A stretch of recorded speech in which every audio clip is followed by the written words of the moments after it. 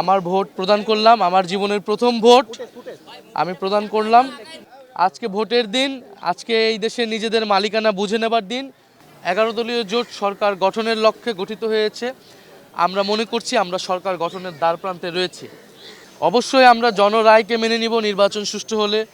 প্রিয় সাংবাদিক ভাই বোনেরা এবং প্রিয় দেশবাসী, আজকে 12ই ফেব্রুয়ারি বাংলাদেশের জন্য এক ঐতিহাসিক দিন। ত্রয়োদশ সংসদ নির্বাচন আজকে সকাল 7:30 থেকে ভোট শুরু হয়েছে। আমি এই কেন্দ্রে, রহমতুল্লাহ কলেজ এই কেন্দ্রে আমি আমার ভোট প্রদান করলাম। আমার জীবনের প্রথম ভোট আমি প্রদান করলাম। নীরব পরিবেশেই নির্বিঘ্নেই আমি ভোট প্রদান করলাম। আমি জনগণের প্রতি আহ্বান জানাচ্ছি, সকলের প্রতি আহ্বান জানাচ্ছি, আপনারা নির্বিঘ্নে নির্ভয়ে উৎসবমুখর পরিবেশে আপনারা ভোট কেন্দ্রে আসুন। আপনারা দলে দলে সবাই ভোট কেন্দ্রে আসুন। আজকে ভোটের দিন, আজকে এই দেশের নিজেদের মালিকানা বুঝে নেবার দিন।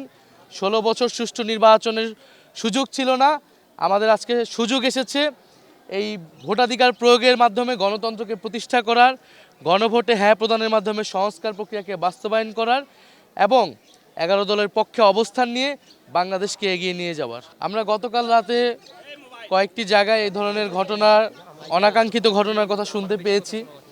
রাতে আমাদের দল থেকে প্রেস ব্রিফিং করা হয়েছে, আমরাও সোশ্যাল মিডিয়া এই বিষয়ে কথা বলেছি।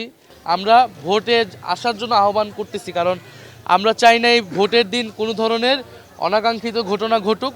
আমরা চাই মানুষ ভোট কেন্দ্রে নির্বিঘ্নে আসুক। যারা এগুলো করতেছে, আমরা মনে করি মানুষ ব্যালটে তাদের বিরুদ্ধে রায় দিবে, ব্যালটেই মানুষের জনরায় প্রতিফলিত হবে এবং প্রশাসনের প্রতি, সেনাবাহিনীর প্রতি, মিডিয়ার প্রতি আমাদের করজোর অনুরোধ থাকবে, আহ্বান থাকবে।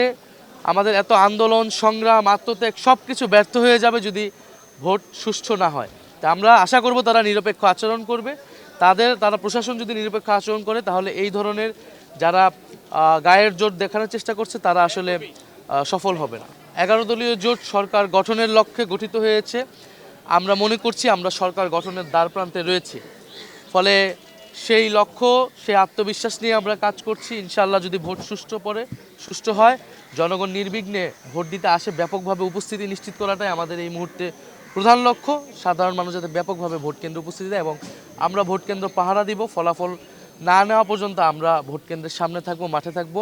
তরুণদের প্রতি সবাইকে আহ্বান জানাচ্ছি। অবশ্যই আমরা জনরায়কে মেনে নিব নির্বাচন সুষ্ঠু হলে।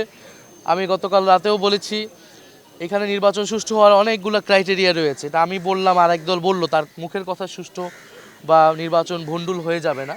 এখানে আপনারা মিডিয়ারা রয়েছেন, সোশ্যাল মিডিয়ায় পর্যবেক্ষণ হচ্ছে, সোশ্যাল মিডিয়া সাধারণ মানুষ কিন্তু তার কমেন্ট করবে। প্রচুর বিদেশি পর্যবেক্ষকরা এবার কিন্তু এসেছে ব্যাপকভাবে, প্রচুর আন্তর্জাতিক মিডিয়া রয়েছে।